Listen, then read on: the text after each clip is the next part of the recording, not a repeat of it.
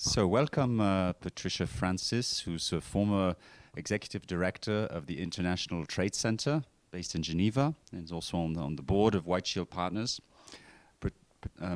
Patricia, I have a question for you related to Latin America and Caribbean and the emerging trade opportunities that you see in the current context.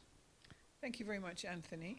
I think basically, if you look at Latin America as a whole, it's distinguished by huge countries which are generally producing large quantities of agricultural products and in some cases mining, and small countries that are more diverse in what their production is. And then you have the unique position of the Caribbean and Central America, which has its own context. Interestingly enough, not many people know that that small context represents the fifth trading partner, United States, already. And so there are countless opportunities that we believe exist if one were to look at the region as a whole region within the context of where it's positioned. And within that, in looking at it from that perspective, we're looking at the trade that goes between North America and Europe, North America and Asia, and vice versa, as well as the trade that goes from Latin America into the rest of the world. So let's start from Latin America going into the rest of the world, mainly commodities. Very little opportunity to add value within the context of the Caribbean and Central America.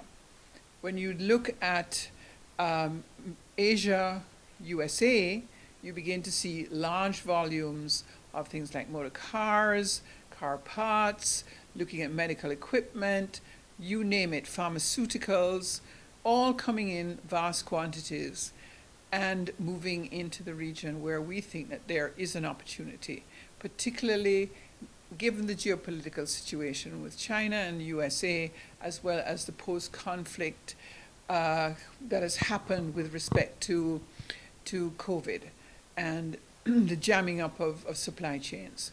So we think two opportunities really, looking at how one consolidates and has distribution from that region into the rest of the region, so motor cars, car parts, value add to those kinds of things, light manufacturing that could take place, and then the other extreme, which is simply logistics and fulfillment. So it could be that one was just doing packaging of what is currently moving in bulk, or one could be managing to put things in different formats that is required by the market, not done in the market itself, but done offshore but nearshore.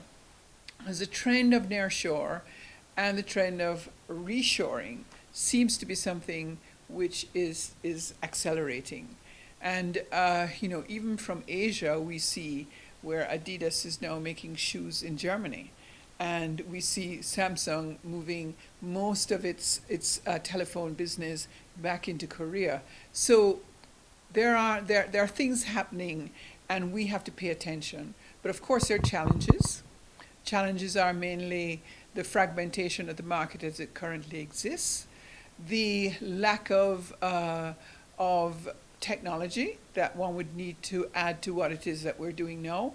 And here we think that the logistics passport World Logistics Passport is that last mile efficiency that could bring a difference to the region. So we find it to be very interesting. And of course, technology, digitization, rules and regulations, reduction of non-tariff barriers, those kinds of things would be important to make this a real opportunity for the region. Very good. And maybe one word on sustainability, which is a big topic. Yes. Also reaching the United Nations SDGs. What are the links that you see between sustainability and trade in this? Well, I think that's the opportunity long term is about sustainability.